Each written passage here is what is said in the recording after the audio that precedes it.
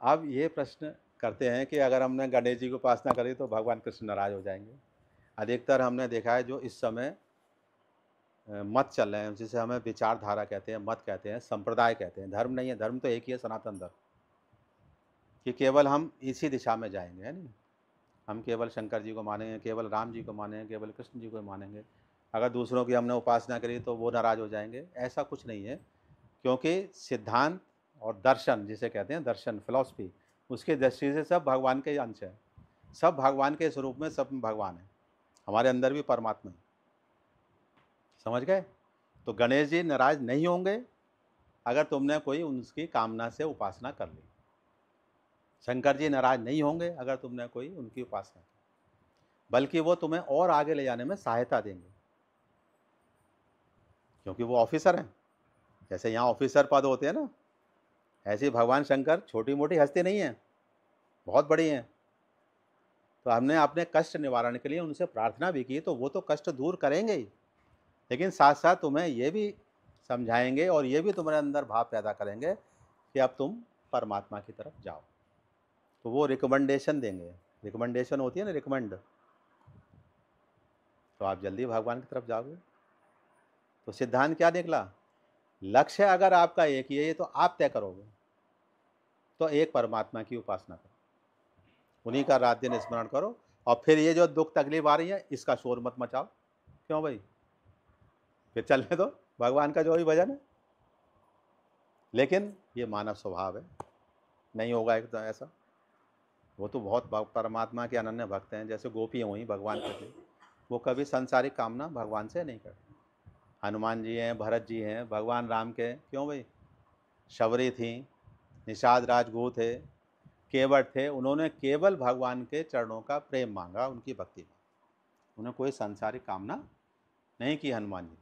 हनुमान जी ने भी नहीं की। समझ गए? तो या तो वो लक्ष्य रखो, और अगर ये लक्ष्य है भी, तुम्हें मान लो कि भाई हमारा ये संकट आ गया, तो जो गुरु निर्देश करें कि लल्ला ये वाला पाठ कर लो, ये वाले तीर्थ स्थान चले जाओ, ये क्या कहलाता है आज के दुनिया में? जुरिडिक्शन, कि भाई जो जिसका अधिकारी है वहाँ अपना काम करवा लो और फिर परमात्मा की तरफ चलो, नाराज कोई भी नहीं होगा। भगवान शंकर तो खुद भगवान की, राम की उपासना कर रहे हैं, क्यों भाई? उनका रात दिन चिंतन कर रहे हैं, वो क्यों नाराज होंगे? समझ गए? तो ये बात रखो, है नहीं, इष्ट एक होना चाहिए अपने लक्ष्य के लिए। अब क्या होता है कि वही घूम फिर के प्रश्न आ गया, कामना, कि अगर भगवान शंकर जी ने सुनाई नहीं करी तो भगवान राम के पास गए, भगवान राम ने सुनाई नहीं करी तो भगवान कृष्ण को मानने लगे, उन्होंने नहीं सुना तो कहीं और चले गए। तो ये क्या कहलाती है? अधीरता। अगर एक जगह भी रुकोगे तो भी वहीं से भी काम होगा। तो एक शिष्य थे हमारे दरबार में आए, दिल्ली के शिष्य थे। तो जैसे मैं शुरू में ना, जो जुड़ते हैं जब दीक्षा ले लेते हैं लोग, तो गणेश जी के पहले अनुष्ठान कराता हूँ, देवी के अनुष्ठान कराता हूँ, कि भाई गणेश जी का अनुष्ठान करो, यानी प्रथम पूज्य हमारे, और देवी रक्षा करेंगी आगे अध्यात्म मार्ग है, उनका अनुष्ठान। और गणेश जी सुख समृद्धि भी देंगे, क्योंकि ये अर्थ प्रधान योग है। कलयुग को क्या कहते हैं? अर्थ प्रधान योग। अर्थ माने धन, धन की महत्ता है, धन से सम्मान है आज।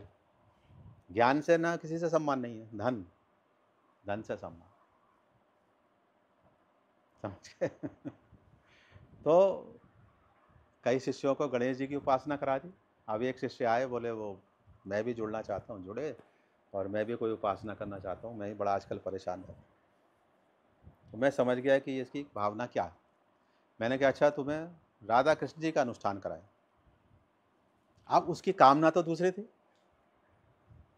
बोले गुरुजी क्या गणेश जी का अनुष्ठान करना सही नहीं रहेगा? तो मैंने पहले तो ये बताओ कि ये तय कौन करेगा, गुरु तय करेगा या चेला तय करेगा कि तुम्हें कौन सी उपासना करनी है? क्यों हैं? ये तो गुरु तय करेगा।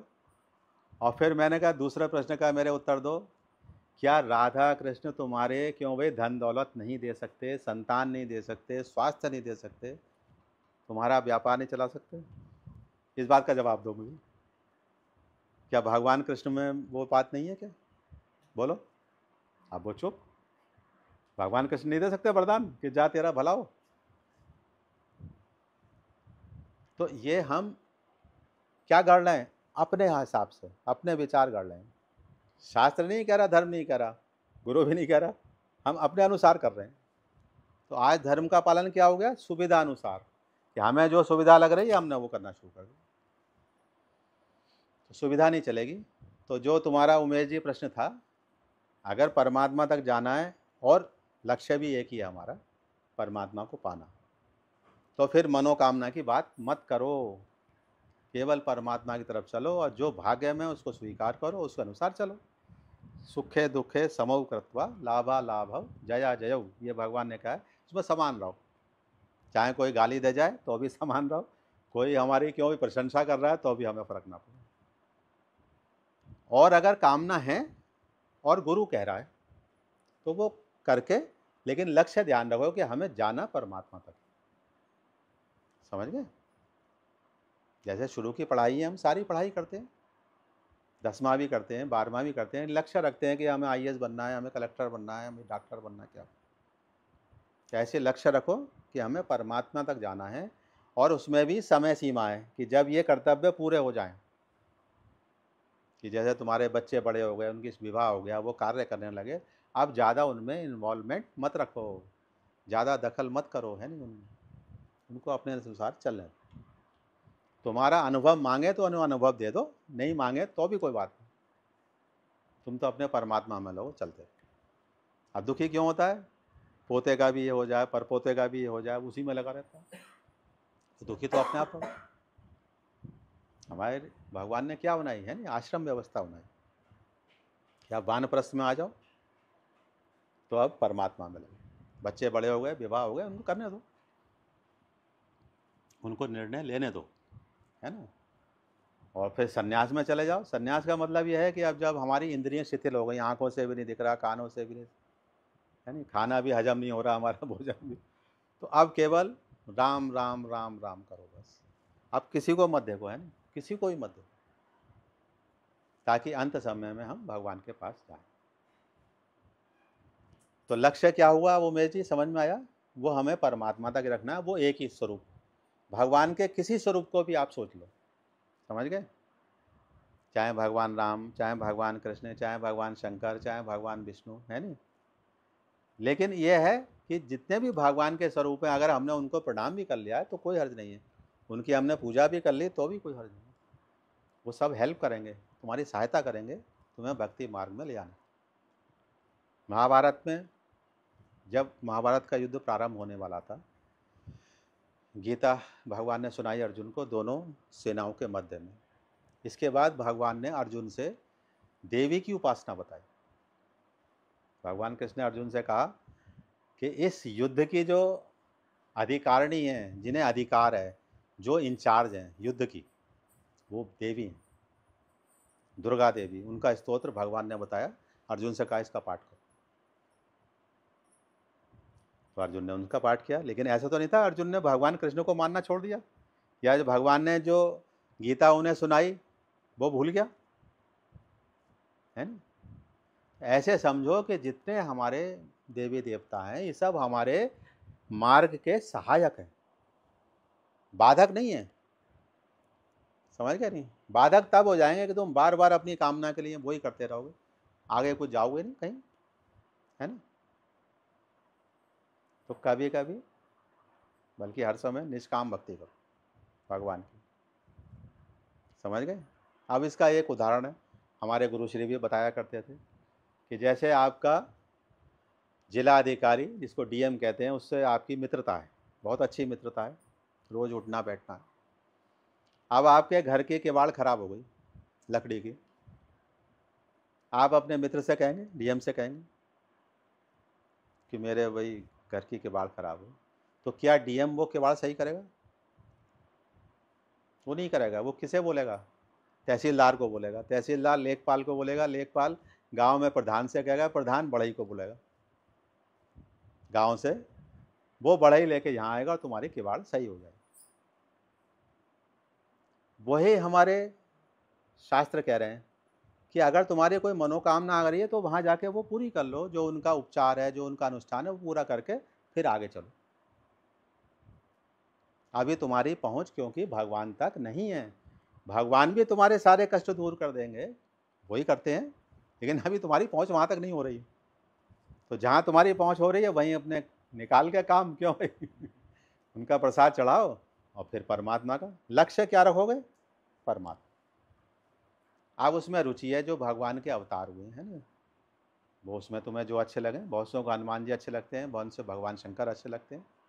तो जैसे मनोकामनाएं करने के बाद आप होगे शंकर जी के आपका इष्ट है, फिर शंकर जी की अधिकतम पूजा करोगे, अधिकतम, समझ गए नहीं?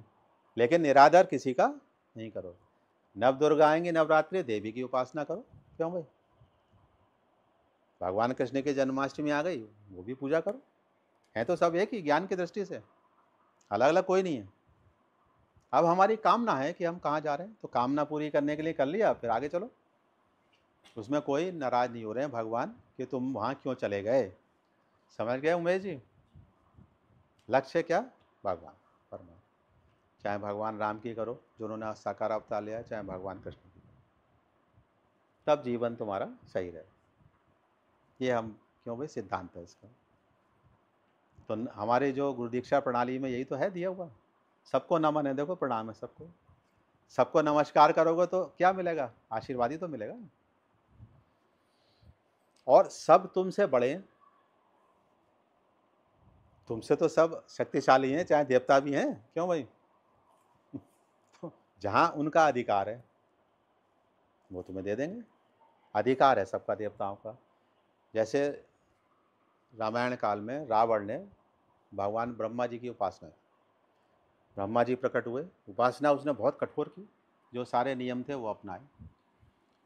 इसके बाद ब्रह्मा जी प्रकट होते, उनसे वो वरदान मांगता है कि मैं अमर हो जाऊं, किसी के द्वारा मारा ना जाऊं, मेरी मृत्यु ना हो। तो वहाँ ब्रह्मा जी क्या कहते हैं कि ये मेरे अधिकार में नहीं है कि मैं तुझे अमर कर दूं, कोई और वरदान मांग। समझ गए?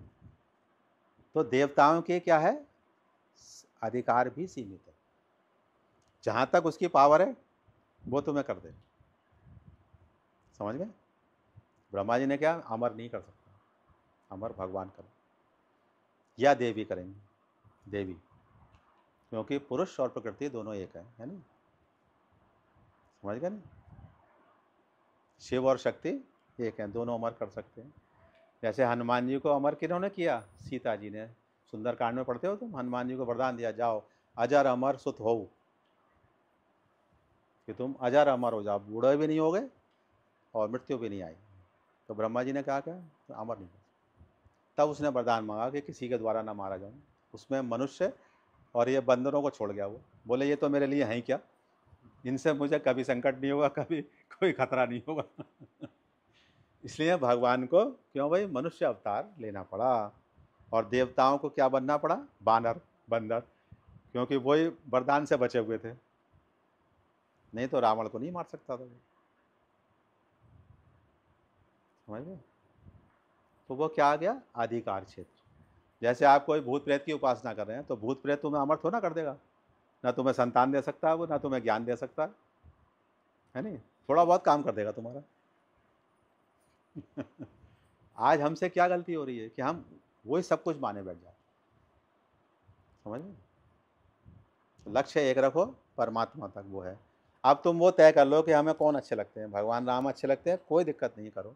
लेकिन जैसे ही अगर आपको संयोग प्राप्त हुआ कि आप वृंदावन गए, तो वहाँ भी राम जी को देखो, अरे ये कृष्ण जी भी हमारे राम जी है, उनको भी प्रणाम करो, क्यों भाई, वही स्वरूप है सब, वही भगवान है, राम है, वही भगवान कृष्ण है नहीं, वही गणेश जी हैं, वही शंकर जी हैं, सब वही। ये भावना रख के हर जगह जाओ, कोई दिक्कत नहीं। सिया राम में सब जग जानी, करहूँ प्रणाम जो रिजुक्पा। हर एक में भगवान है। ये स्थिति आती है भक्ति में कि सब में भगवान दिखाई देते हैं। समझ गए? पेड़ पौधे पशु पक्षी सब में भगवान दिखाई देते हैं। अब शंका का निवारण हुआ। तो कामना के अनुसार हमारे यहाँ बहुदेव उपासना है, कामना पूरी हो जाए कोई दिक्कत नहीं है, लेकिन लक्ष्य क्या रखोगे, परमात्मा तक पहुँचना है हमें, वो एक ही रखो, एक ही रहे।